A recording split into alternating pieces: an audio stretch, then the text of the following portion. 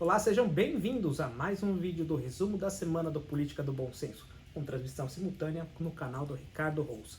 Já tem um spoiler aqui, quem está do meu lado, Ricardo Rous, sempre aqui ao meu lado para abrilhantar esse programa com as suas opiniões sobre o que acontece no mundo político, no cenário internacional e nacional. Seja bem-vindo, Ricardo, novamente. Obrigado, Danilo. Prazer imenso, como sempre, falar com o público da Política do Bom Senso, do PBS, como a gente chama aqui carinhosamente, e o público do canal do Ricardo Rous, que agora está vendo, né, que está começando a ter realmente os vídeos. Esse ano vai, a coisa vai. Esse ano vai. E realmente era PBS, porque no comecinho era o Partido do Bom Senso. Eu chamava de PBS. Aí a gente percebeu que partido, o Google dava uma censuradinha de leve, a gente teve que mudar para Política do Bom Senso. E apesar de você chamar de partido, não era um partido mesmo, você não queria criar um partido. E o pessoal perguntou, você está querendo criar? Não, era só uma desculpa para falar de política. Mas enfim, aí a gente mudou, virou Política do Bom Senso.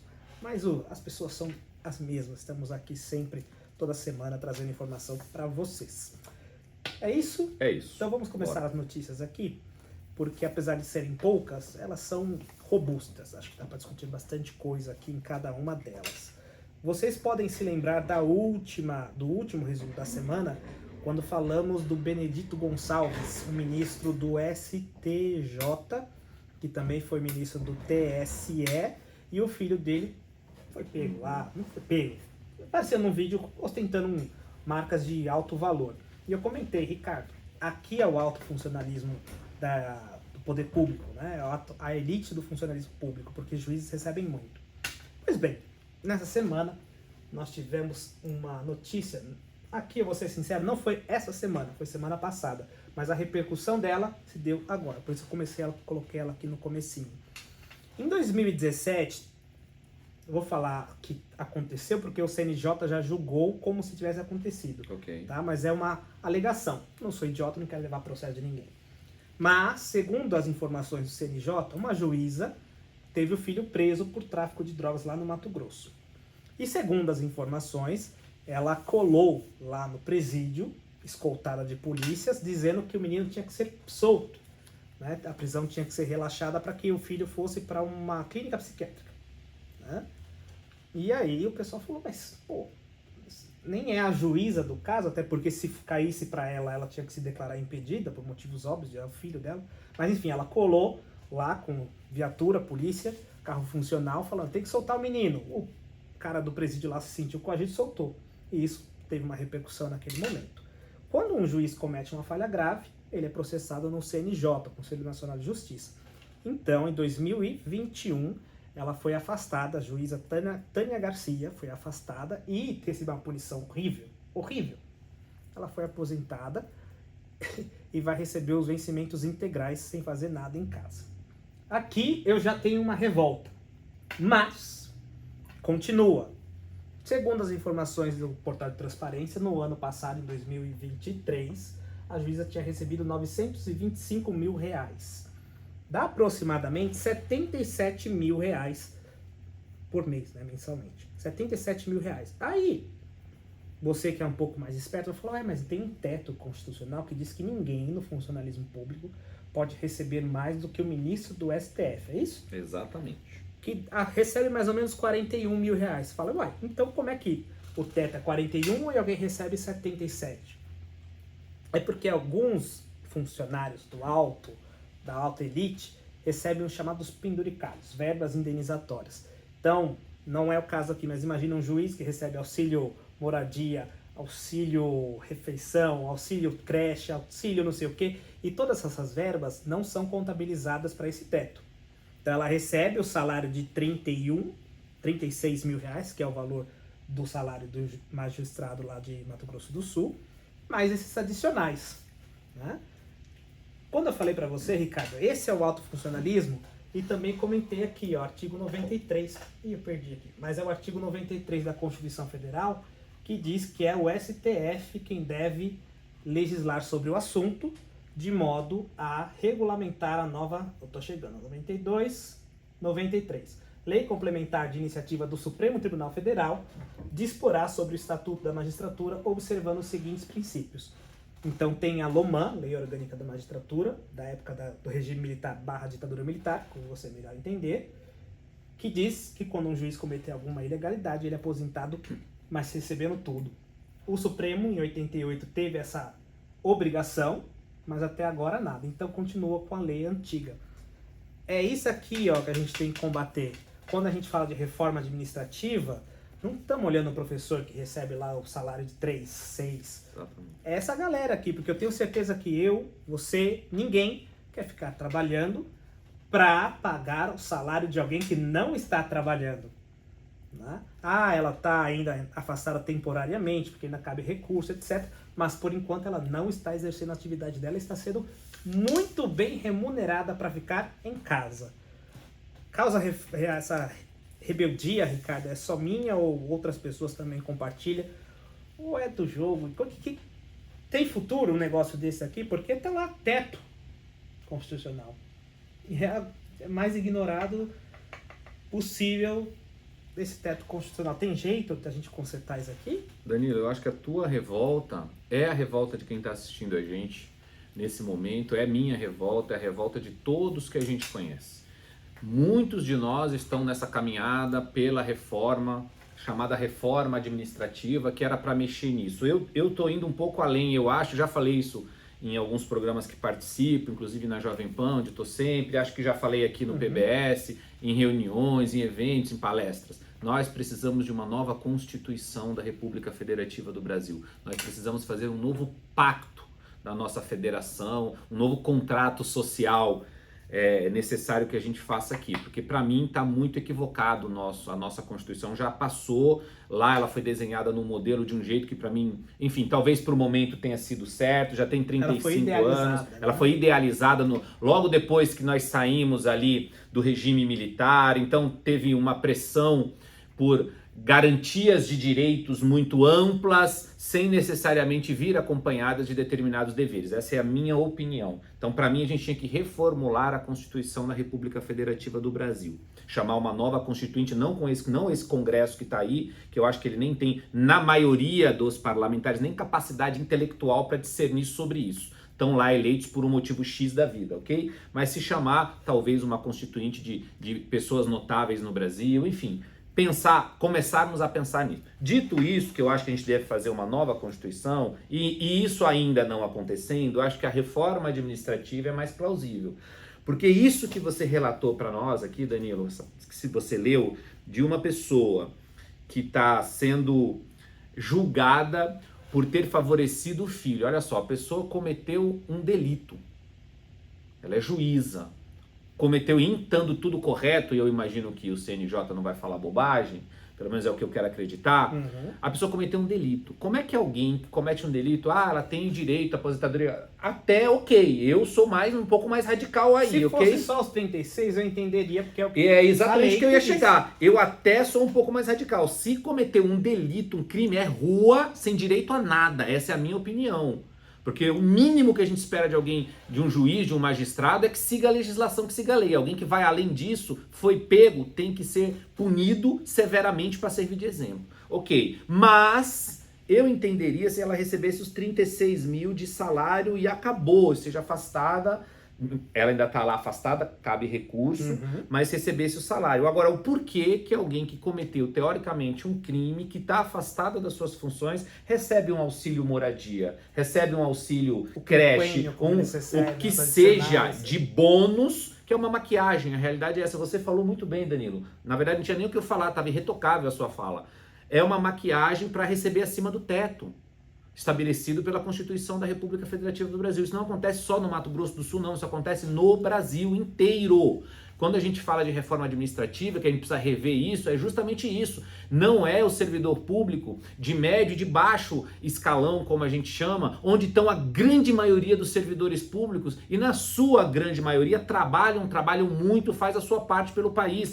É a elite do funcionalismo, o alto escalão, gente que começa ganhando 36 mil reais aqui no salário, mas não fica parado nos 36 mil, Danilo. Vai para 77 mil ou mais. e briga por retroativo não sei de quê, e briga por um tal de um quinquênio agora que foi canetado, a cada 5 anos um adicional. É um monte de penduricalhos, como você disse, que vão dando no final das contas um salário disfarçado para aquele servidor público, muito além do teto constitucional. Pô, e o teto já é constitucional. Na nossa república, na nossa legislação, no nosso ordenamento jurídico, não tem nada que possa ser além disso. A nossa Constituição é a nossa lei maior.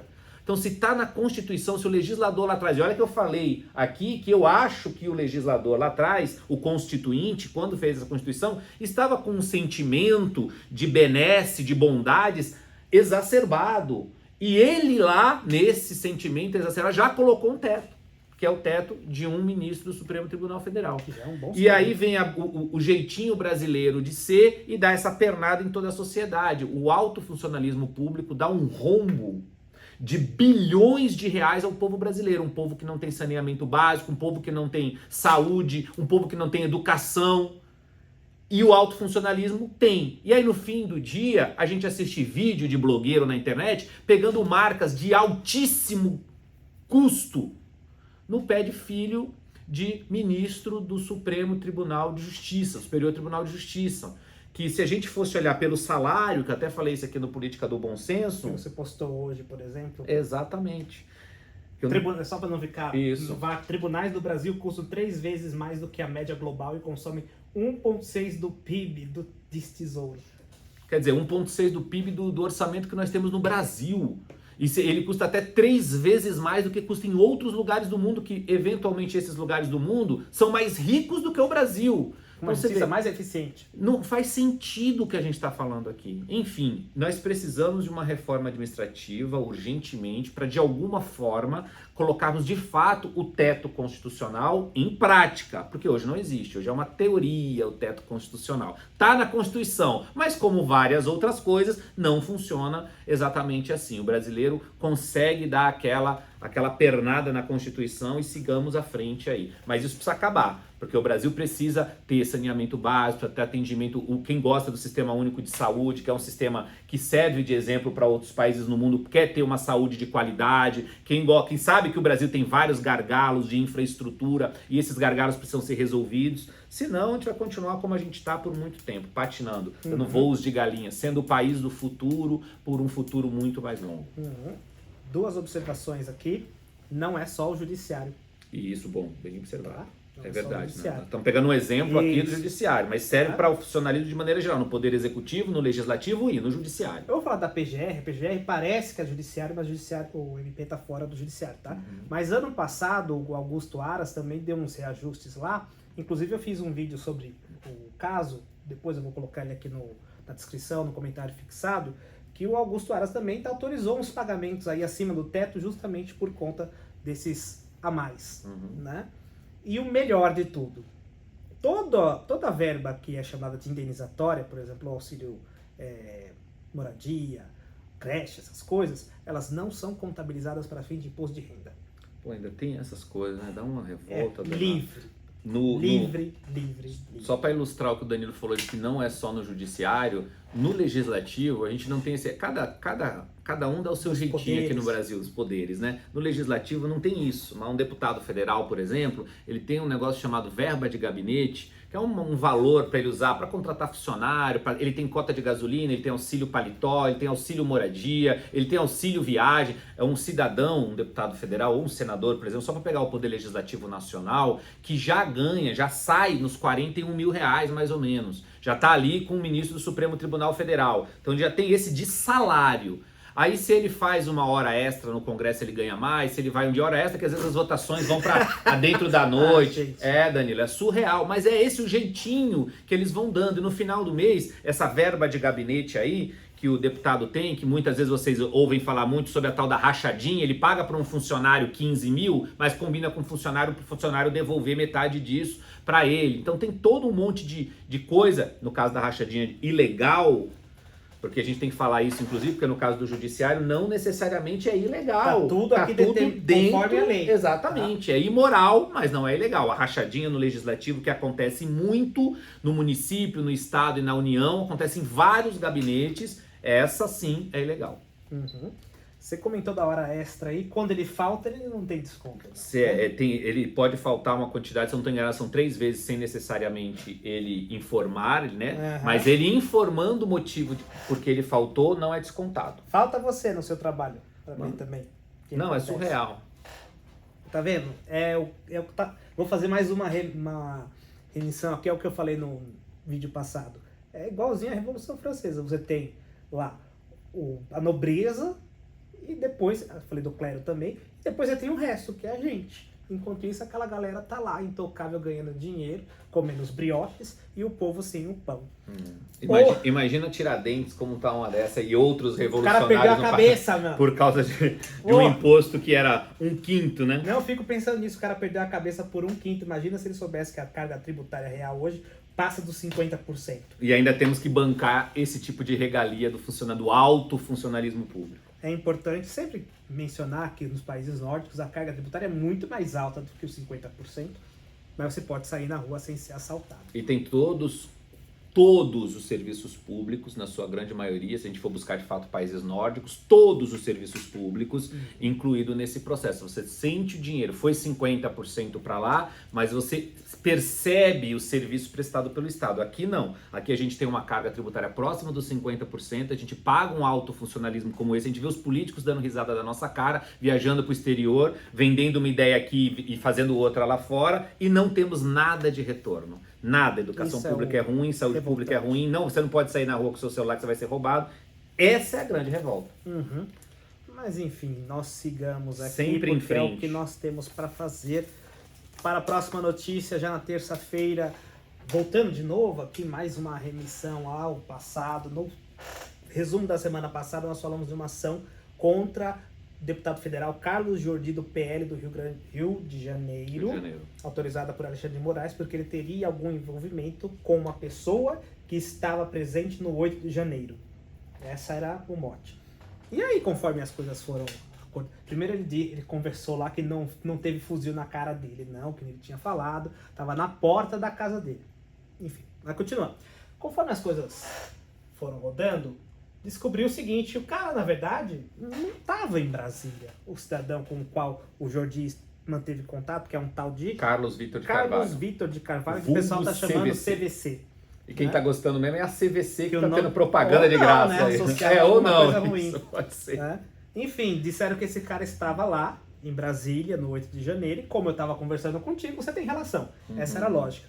E aí eles fizeram aqui um ato de repúdio a essa ilação, né, dizendo no sentido de que o Poder Judiciário está avançando contra as prerrogativas do Poder Legislativo, né? Então aqui você tem alguns senadores e deputados em apoio ao Jordi. E também aconteceu uma situação que eu achei muito estranha, né? Colocaram uma foto desse tal CVC, dizendo que aquela foto comprovava que ele estava no 8 de janeiro. A foto é essa daqui, né? Duas coisas que são importantes nessa foto. Primeira, isso não é o 8 de janeiro. O STF está lá, ok, as pessoas estão numa faixa só. Isso daqui não é o 8 de janeiro, claramente não é o 8 de janeiro. Tanto que, numa próxima foto, viram que na verdade essa foto foi editada, havia um botãozinho aqui que dizia o seguinte: eu fui na posse de Jair Messias Bolsonaro. Olha como houve uma edição, o celular aqui, ó, nessa foto, tá mais branquiçado, tá vendo? Como se eu tivesse pego a borracha do Photoshop aqui para tentar dar uma apagada. Foi uma edição porca. E essa foto serviu como justificativa para essa ação, né? Aí, de novo, foi a PF... Perdão. Foi a PF que adulterou, foi a PF que recebeu adulterado, alguém de cima mandou adulterar. Todas essas questões estão levantadas nesse momento, até porque o Jordi, ele é líder da oposição no Congresso Nacional, né? Então, mesmo que ele não tenha sido acordado com um fuzil na cara, como ele disse de primeiro, né, no primeiro momento, mesmo que não tenha sido dessa forma, ainda assim a busca e apreensão é um pouco grave. A acusação de ter um fish expedition, né, a caçada de provas, Ricardo, faz sentido agora? Ou é só a oposição chorando porque é o que a oposição ultimamente tem feito? Tem feito chorar. Não, nesse caso faz todo sentido realmente. Vale lembrar também que o Jordi, acho que é pré-candidato a prefeito. Enfim, tem muita informação. O fato é o que a gente está percebendo agora, que se criaram uma imagem, essa imagem estava no Instagram, no Facebook, não lembro qual rede da Meta, do CVC, que é de 2019, janeiro de 2019, quando foi da posse do então presidente Jair Bolsonaro, com aquele adesivinho como está ali. Ou seja, fizeram uma prova ilegal para buscar o celular do deputado, ou sabe-se lá para que foi de fato essa foto. O fato é que foram até a casa de um deputado federal e apreenderam informações desse deputado, no caso o Jordi. Então sim, estão fazendo esse phishing expedition, como dizem aí, o nome bonito em inglês, para dizer que querem pegar o celular do cara e pegou por um motivo, o motivo era esse, ele ter financiado, participado do financiamento do dia 8 de janeiro, e lá vai procurar e encontra outras coisas que servem de prova em outros possíveis inquéritos contra o parlamentar. Então isso realmente é perigoso, isso vem aparentemente acontecendo com uma certa frequência no Brasil, um modus operandi que está criando um padrão aqui no Brasil. Isso não pode acontecer de jeito nenhum. Tá aqui, as duas fotos, uma do lado da cara do outro aqui. É legal você ter pegado isso aqui, porque isso mostra, inclusive, não sei se ela foi editada pelo Jornal Nacional, ok? Mas o Jornal Nacional mostrou e fez uma reportagem sobre o fato, usando esta foto editada, de novo, não sei se a edição foi feita pelo Jornal Nacional, mas ele usou na sua reportagem a foto editada, e isso é ruim, porque, até a retratação desse deputado, como é feita? Vai ser feita agora no jornal, ele vai falar assim, nós erramos uma foto, então próximo assunto, tinha que botar com destaque o deputado falando, enfim. Esse jogo de narrativas no Brasil tá ficando muito complexo, Danilo. É narrativa para tudo quanto é lado. Você vai ver que a próxima notícia vai deixar isso pior, fica tranquilo. Então, vamos lá, então, que tá feio o negócio. A próxima notícia vai deixar esse jogo de narrativas um pouco pior, acredite em mim. Todo mundo sabe aí da questão da Marielle Franco, uma vereadora do Rio de Janeiro que sofreu um atentado, e todo mundo queria saber o seguinte: quem mandou matar Marielle Franco? Era um bordão, inclusive, que repercutiu durante muito tempo. E de acordo com as investigações, um cidadão chamado Rony Lessa foi a pessoa que apertou o gatilho. Ok. Mas as investigações ainda eram no sentido de que quem mandou Rony Lessa apertar o gatilho. E durante muito tempo, essa responsabilidade ficou a cargo, segundo algumas pessoas, atribuída a Jair Messias Bolsonaro, que o presidente da República teria mandado eliminar uma vereadora no Rio de Janeiro. Aí, o Rony Lessa, que foi a pessoa que atirou, que apertou o gatilho, ele fez uma delação premiada. Ou seja, ele falou, olha, para fazer um acordo aqui, eu vou falar o que eu sei, em troca de alguns benefícios. Isso é uma delação premiada. Imagina que eu sou de uma organização criminosa. Eu cansei, tô velho já. Falo, olha, eu vou denunciar todo mundo, mas eu quero de passaporte diplomático, vou primeira classe para Dubai, eu quero sumir, mas eu vou dar todas as provas. Isso é uma delação premiada, eu vou lá e apresento todas as provas. Pois bem, nessa delação premiada de Rony Lessa, ele denunciou quem mandou matar. Eu tenho alguns, fico com receio e um pouco de cuidado de falar palavras agressivas, porque o YouTube não gosta muito, mas vocês sabem da história da Marielle bem claro. Quem mandou? E aí saiu aqui a delação premiada, no sentido de que quem foi o mandante é um tal de Domingos Brazão. E quem é esse cidadão? Ele é conselheiro do Tribunal de Contas do Estado do Rio de Janeiro e ex-deputado estadual também do Rio de Janeiro. Do PMDB, e anteriormente ele era do PTdoB, que virou o Avante.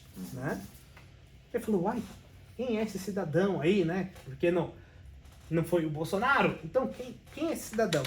E aí já começaram aqui dizer que Bolsonaro tinha ligação com a família Brazão, porque ele tinha dado passaporte diplomático ao irmão do Brazão, e aí depois também descobriu que não deu passaporte diplomático para o irmão, porque o passaporte diplomático ele é dado para todos os membros do Poder Legislativo. Está aqui o decreto que regulamenta os passaportes diplomáticos, e fala aqui que são concedidos a todos os membros do Congresso Nacional, inclusive para os seus cônjuges, companheiros.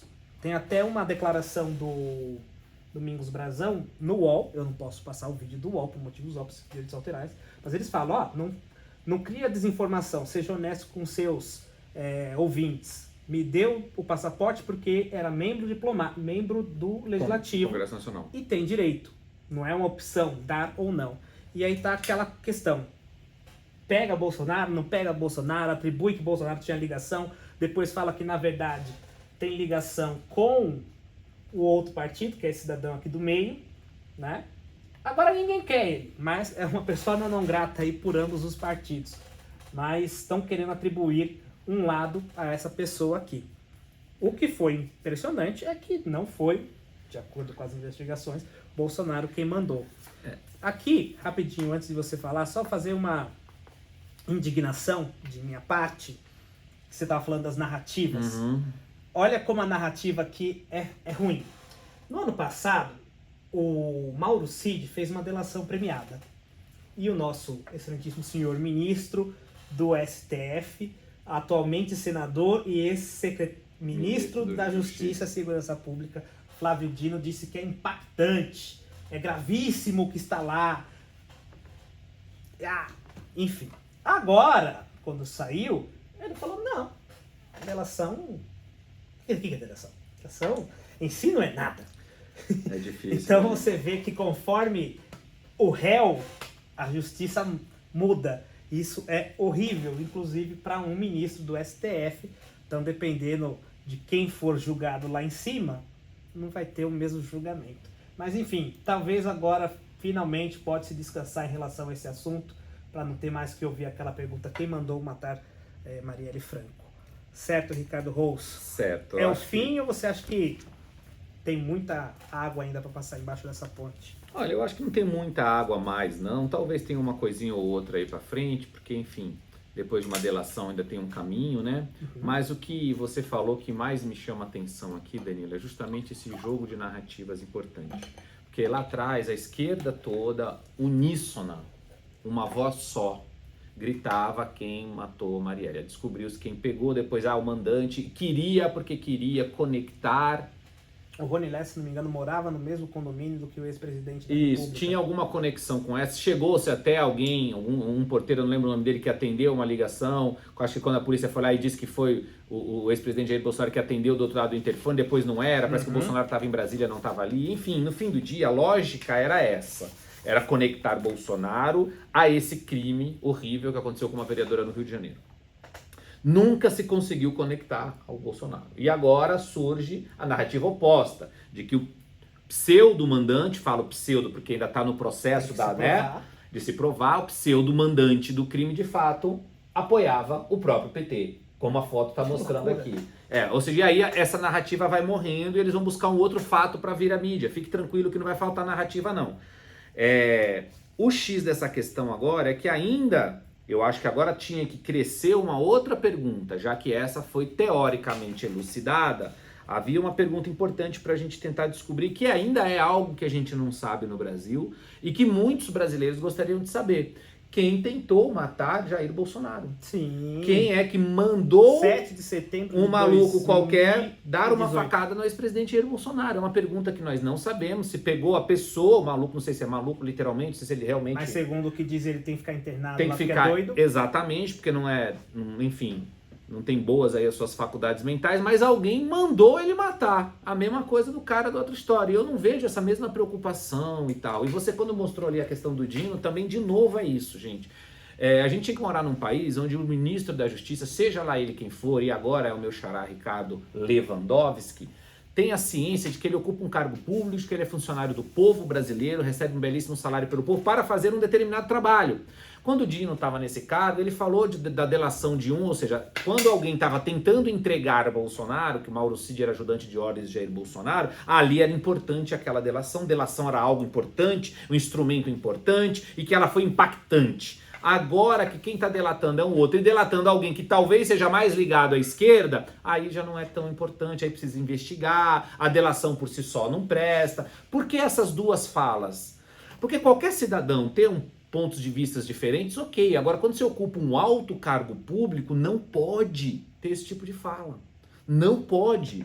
A prerrogativa da função dele não seria essa, Danilo, de falar, olha, a delação premiada é ou não é um instrumento importante? Sim. Se é um instrumento importante, é para Chico e para Francisco. Ó, se ela não é um instrumento importante, se ela é um instrumento que precisa ser analisado, então ok, é assim para Chico e para Francisco. Essas narrativas que principalmente a esquerda usa muito, porque está dentro do modus operandi da esquerda, nas cartilhas da esquerda, tem essa lógica de descaracterizar o seu oponente, o seu inimigo, e criar narrativas até que aquela história pareça real e plausível. Então, essa lógica de narrativa é importante que a nossa audiência aqui entenda, porque na política, infelizmente, está ganhando muita força. E a cada eleição, ou vésperas de eleições que nós participarmos, vão ter narrativas o tempo todo acontecendo. E você, cidadão, precisa estar esperto para identificar melhor isso, não acreditar na primeira versão, a primeira vez que você ouve, porque normalmente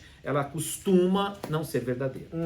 Aqui, como eu disse, eu falo que eu vou delatar o crime todo, quero as minhas regalias como diminuição de pena, e tenho de provar tudo que eu falo. Então, tanto em dois casos, no do Mauro Cid, quanto agora no da Marielle, ambos têm de provar.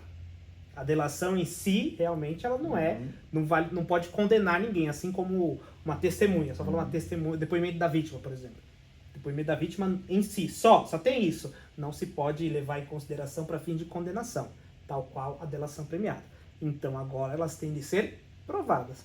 E aí, se for provado que foi esse cidadão aqui, que ele cumpra todos os anos na cadeia, apodreça lá. Parece que ele é meio blindado lá no Rio de Janeiro. Então não sei se vai.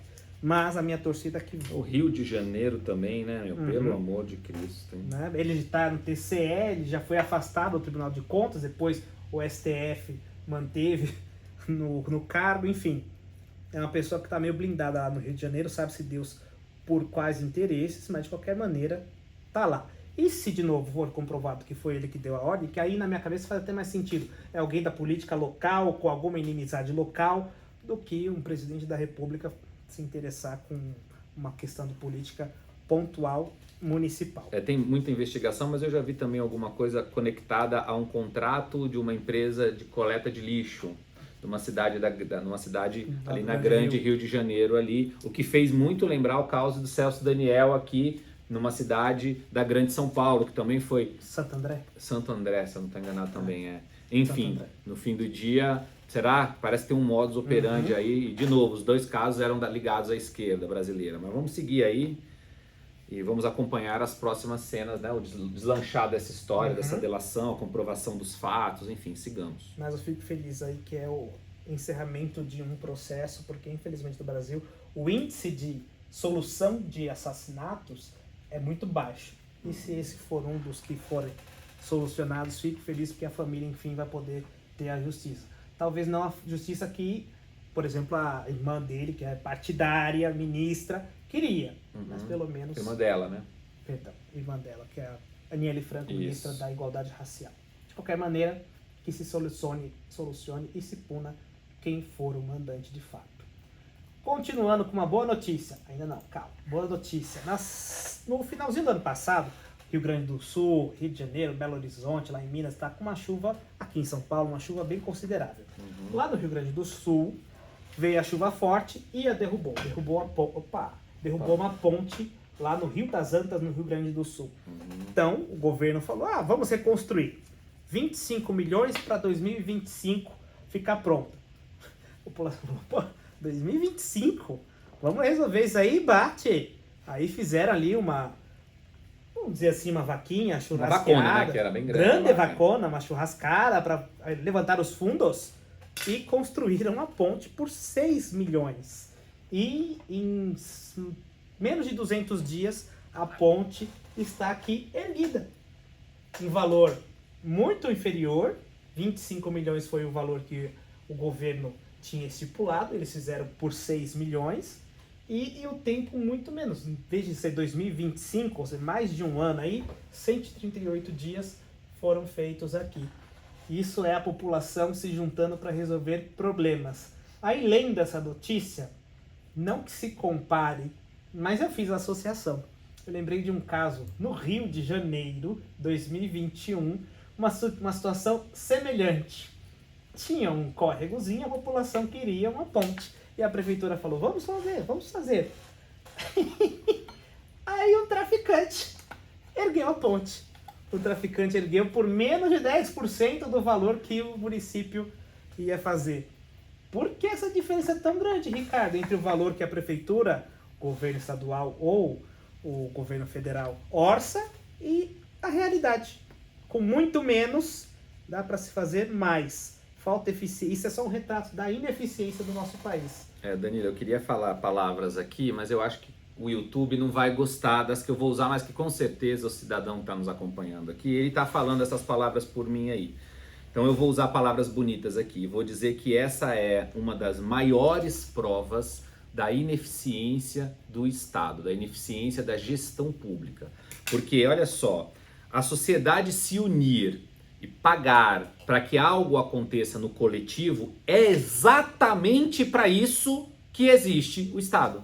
Exatamente para isso. No caso da ponte, muito provavelmente a prefeitura daquela cidade.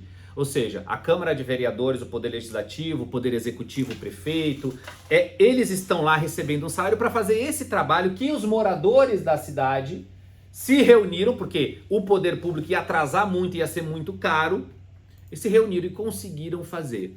Isso aí demonstra uma coisa. Primeiro, a ineficiência da Prefeitura Municipal. A Prefeitura Municipal, e não é só essa cidade não, em todos os municípios do Brasil acontece. Quantos valores maiores, pior fica, ok? A Prefeitura gasta muito, gasta mal e, na minha opinião, o mais importante, nós pagamos todo um outro poder, que é o poder legislativo, no caso dos municípios, a Câmara de Vereadores, que é para fiscalizar, entre várias outras coisas, esses contratos da prefeitura.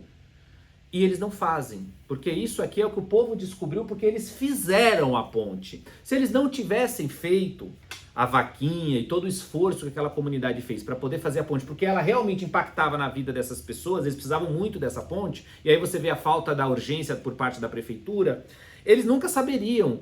Porque quem é responsável por fiscalizar se aqueles 25 milhões dessa ponte que a prefeitura estimou que gastaria, e aqui eu vou abrir aspas, quando a prefeitura estima que vai gastar um valor, normalmente ele é o dobro.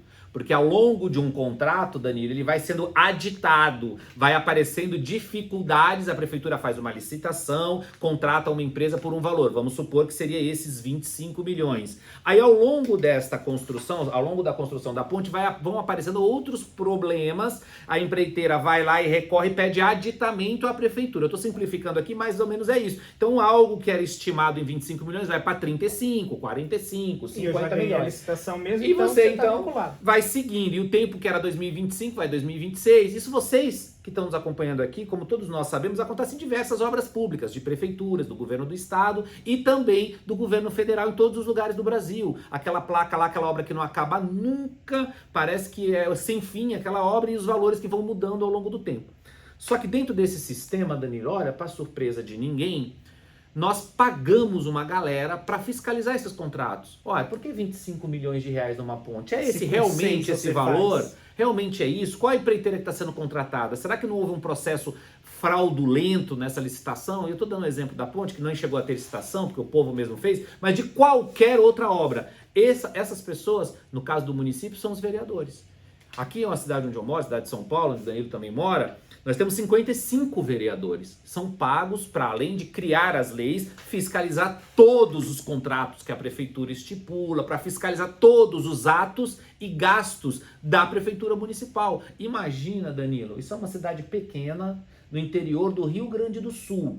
Imagina o que acontece aqui na nossa cidade, que a cidade de São Paulo é uma das maiores cidades do mundo, o terceiro maior orçamento do Brasil é a cidade de São Paulo. Imagina o que não acontece na nossa cidade o dia inteiro, o tempo todo. Por isso, a gente paga 55 vereadores para fiscalizar toda a dinheirama que tem. Para o ano de 2024, agora que nós estamos, o orçamento de São Paulo é mais de 110 bilhões de reais, que o prefeito vai gastar em várias obras, em vários projetos, e esses 110 bilhões de reais deveriam ser fiscalizados pelos 55 vereadores, para encontrar ali, ver se tem irregularidade, se está tudo certo, se a licitação está ok, se não está acontecendo como aconteceu no caso dessa ponte no Rio Grande do Sul. mas não acontece, porque ao longo da história da nossa Câmara de Vereadores, pouquíssimas vezes a gente viu vereadores levantando a mão e falando: esse contrato aqui tá errado, o rei tá nu, como diz a dita, enfim. Então a gente está vendo que nós estamos pagando por serviços que não estão sendo feitos. Infelizmente, isso acontece em todo o Brasil, não é só em São Paulo e não é só nessa cidade do Rio Grande do Sul. Parabéns a essa população. Tomara que agora estes cidadãos que se uniram ali prestem mais atenção em quem eles vão eleger para vereadores e prefeitos, porque o prefeito ali provavelmente não deu a mínima para a necessidade da ponte, tanto que jogou ela lá para frente e estava utilizando um orçamento, na minha opinião, muito mais alto do que de fato custaram para fazer a ponte ali. Se não criarem dor de cabeça ainda para quem construiu a ponte aí. A gente estava conversando aqui em off antes, e o Danilo ainda estava falando: mas talvez tenha problema aí. O prefeito aqui, na minha opinião, tem que procurar resolver o problema, que pelo jeito as pessoas realmente precisavam dessa ponte, a ponto delas se unirem e buscarem o dinheiro para fazer. A questão que eu falei de problema, vou usar esse caso aqui do traficante. Essa ponte aqui, de acordo com a prefeitura, ela é legalizada? Entendeu? A prefeitura vai admitir que alguém que não é ela construa? Então tem toda essa questão que, por exemplo, a prefeitura falou: não, tem que demolir, a gente tem que fazer. Usando essa ideia de que quem faz obra pública é o serviço público, a prefeitura faria o mesmo com essa? Falar: não, aqui é um bem público, quem tem que fazer somos nós. Olha o problema que a prefeitura teria de falar: vocês não podem fazer isso porque ela está irregular. E o que me chamou a atenção nessa imagem aqui, parece que a ponte anterior está aqui largada ainda. Olha a ineficiência. Outra coisa, 25 milhões. Dentro desses 25 milhões, 6 milhões é custo da ponte. Aí você tem o lucro da empreiteira, ninguém trabalha de graça. Você tem os estudos que tem que fazer levantamento geológico aqui. Você tem a burocracia, mas 19 milhões a mais, realmente aí... Nesses 19 milhões aí tem um monte do que a gente chama aí no linguajar popular mais chulo, do quebra, do que a gente popularmente chama de corrupção. Fulano ganha, Beltrano ganha, Beltrano ganha, Beltrano ganha. E assim vai embora, Daniel. Esse é o custo Brasil. Esse é o custo da corrupção no Brasil, da roubalheira no Brasil. É isso que a gente tem que ficar atento, porque esse ano tem eleições no Brasil todo, gente. Prefeitos e vereadores em todo o Brasil, exceto o Distrito Federal. Sim. Uma vez eu falei isso, o pessoal: o Distrito Federal tem eleição. Sempre tô e pode ver que eu posso falar com propriedade, é estudante de direito. É provável, Danilo. Enfim, teremos eleições em todo o Brasil, exceto no Distrito Federal, que não tem eleições para prefeitos e vereadores. Então tá na hora de você prestar atenção em quem você vota. Dá para perceber nitidamente aqui que o custo da corrupção no Brasil é alto. De novo, 6 milhões, 19 milhões adicional, burocracia, lucro.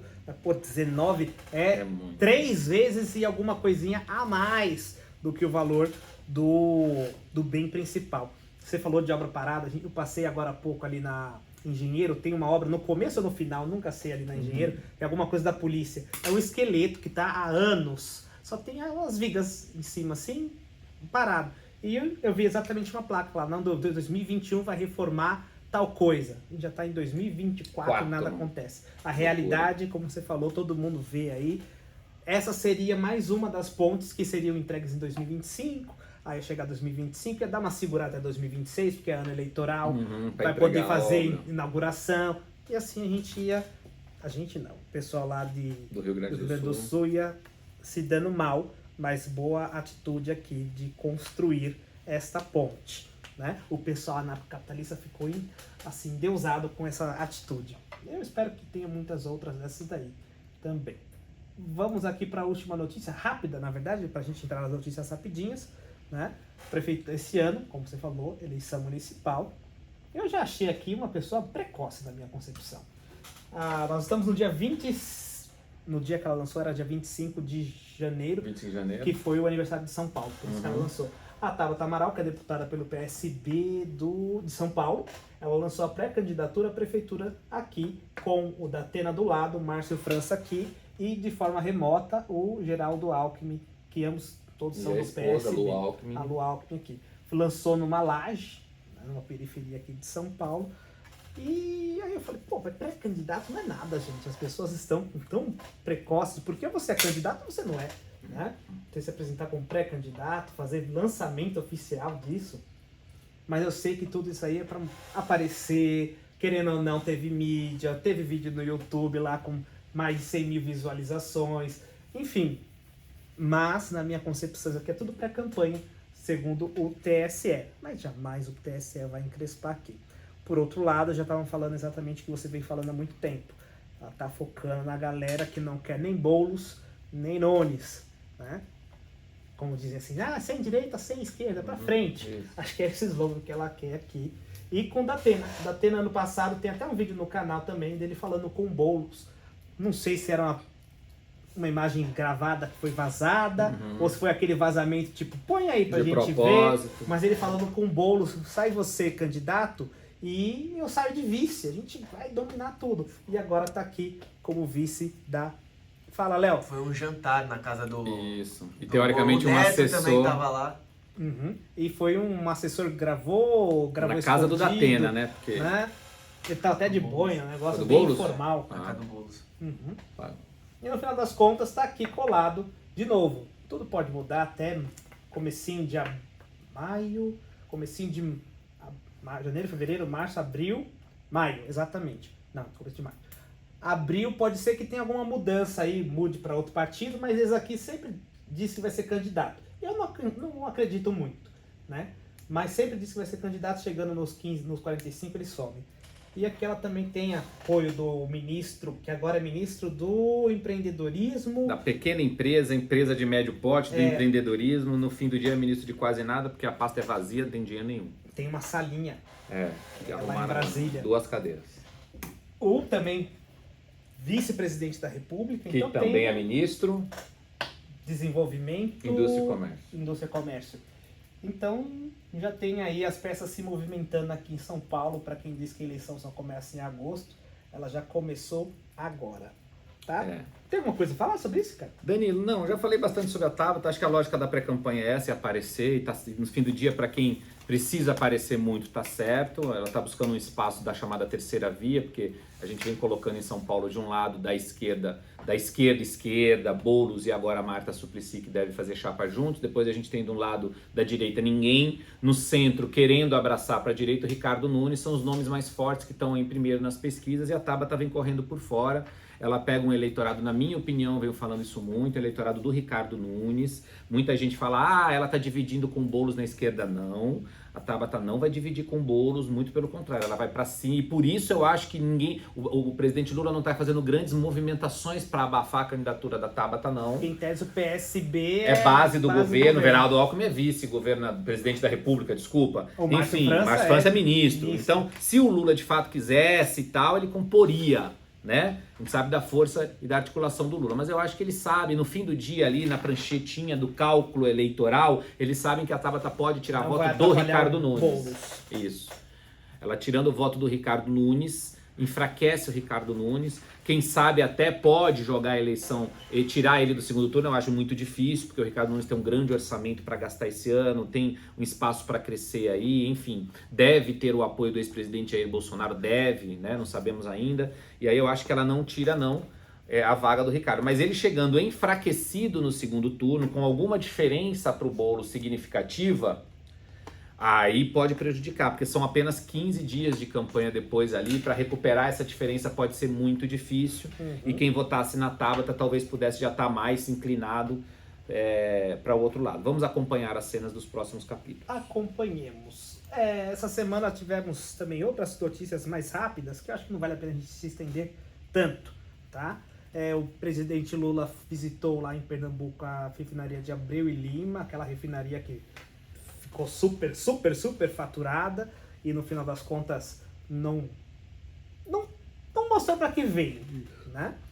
E ele disse que vai voltar a investir alguns bilhões naquela refinaria para que o Brasil fique autossuficiente aí na questão de combustíveis. E ontem, a gente grava sempre nas sextas-feiras, vocês assistem no sábado, por isso que eu digo ontem, quinta, aconteceu um incidente lá, essa refinaria teve uma explosão, né? Então, verificando aí se foi incidente, acidente ou uma coisa criminosa. Nós também tivemos aqui o Lula comparecendo na cerimônia de 90 anos da USP, que não contou com a USP, Universidade de São Paulo, estadual, não contou com a presença do prefeito, nem com do governador. Para mim foi uma burrice, porque você deixou o Lula dominar praticamente o discurso ali, numa área educacional e principalmente o governo. Se é ele que dá o orçamento, ele que devia estar lá. Mas enfim, deixou passar. Nós também tivemos aqui mais uma investida do Poder Executivo, Judiciário contra o Legislativo. Uma investigação começou aqui contra o Ramagem, que é deputado federal, se não me engano. De acordo com as alegações, o Ramagem tinha aí 30 mil pessoas sobre investigações da ABIN, a Agência Brasileira de Inteligência, que é a nosso FBI, seria equivalente ao nosso FBI.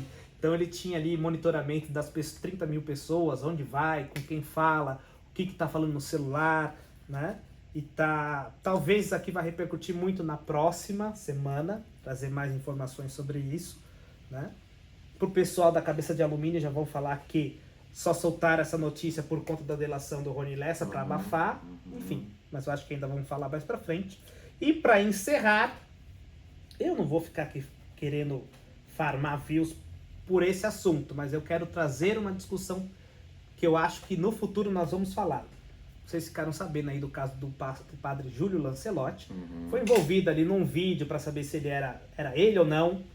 Enfim, dá uma buscada aí que eu não gosto de comentar coisas muito depreciativas, né? Mas enfim, o nome dele estava no meio aí. E a acusação foi de que houve deepfake, ou seja, uma edição de um vídeo. Eu pego o Ricardo e ponho a cara do Léo em cima e fica parecido, né? É uma inteligência artificial utilizada em vídeos.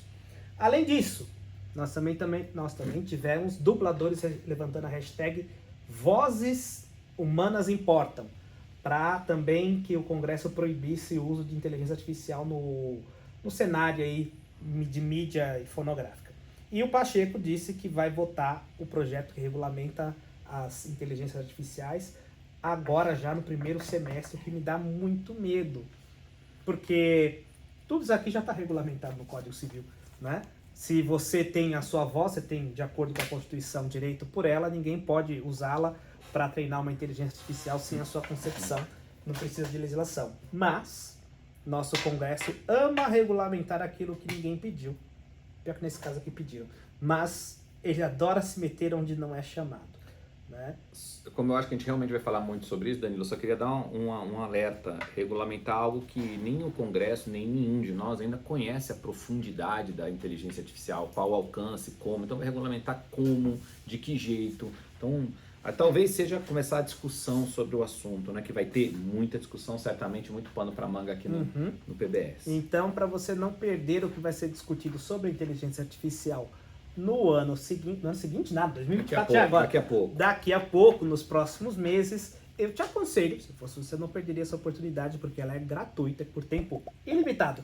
Se inscreva no canal e ative o sininho para não perder as notificações dos próximos vídeos. Toda vez que você clicar no sininho, uma vez que você clica no sininho, o YouTube vai falar Política do Bom Senso ou Ricardo Rose subiu um vídeo novo. Dá uma olhada lá. E aí você fica por dentro de tudo que acontece na política nacional e internacional. Clica também no like, ele é importante para o próprio YouTube entender vídeo legal e sugerir para mais pessoas. E conforme mais pessoas assistem, faz um agrado no nosso ego, nos incentiva a trazer mais vídeos como estes e até alguns, talvez, se conseguir a ajuda de vocês, não só de sextas-feiras, que no caso para vocês é segunda. Compartilhe esse vídeo também no grupo da família para você pagar de intelectual, né? Tem uma pessoa que diz o seguinte: se você gosta, compartilha com um amigo, se você não gosta, compartilha com o inimigo. O importante é você difundir a informação. Ricardo Rose é encontrado no YouTube, no Instagram, tudo pelo Ricardo Rose Oficial. Ricardo Rose Oficial, e nós, Política do Bom Senso, @Política do Bom Senso. No caso aqui, Instagram e YouTube, que são as redes que eu posto os vídeos.